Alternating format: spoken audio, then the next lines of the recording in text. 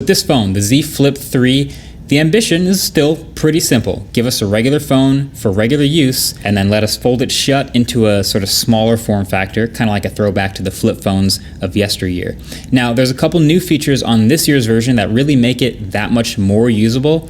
It doesn't change a ton, but there are a few key things that make a big difference. So the new design is pretty sweet. It reminds me of the classic Panda Pixel 2, which was one of my favorite phone designs ever, but it also looks and feels more refined too. They squared up those sides, they've shifted, obviously you can see, to a two-tone look, and there's some new colors. This cream color has gotten a lot of love, but there's also a pretty sweet green, and yes, it does come in matte black if you're into that. Way of just like quickly finding home and getting into using the phone to be IPX8 water resistant. So while you should absolutely still keep it away from sand or dust, it can now survive a splash of water or falling into a puddle and be totally fine. So that's dope. Also underrated, the stereo speakers are much better and fuller, and even if you block that small bottom speaker grill with your finger, the earpiece speaker is also plenty loud too, so no worries. That was well. This, what you get here, is a pretty big display unfolded. It's almost S21 Ultra sized, so it's a 6.7 inch 22:9 1080p bright OLED display with a hole punch cutout, and it's 120 Hertz finally. So this was my biggest ask from the last version.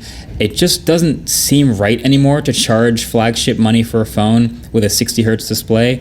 Apple, I guess, can somehow still pull it off because people still buy iPhones all the time, but this feels way better, way more smooth. Love the high refresh rate experience. As big as the Razrs, but it's 4 times the area of the last one, and it genuinely changes the way you use the phone. So actually do some quick stuff on the outside screen now without opening the flip. So by default, it's just time, date, and battery, plus a dot over on the side if you have any notifications. But then you can change the visual on this screen if you want to a bunch of different things in the settings. There's a whole page. You can change different animations and different backgrounds and clock styles. You can even match it to the watch face if you have a Samsung Galaxy watch, so that's pretty smart.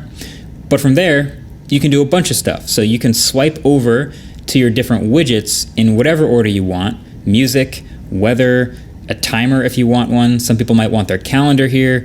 It's not unlimited widgets. There's actually just a list of 6 you can choose from that Samsung's put in here, and you can choose the order.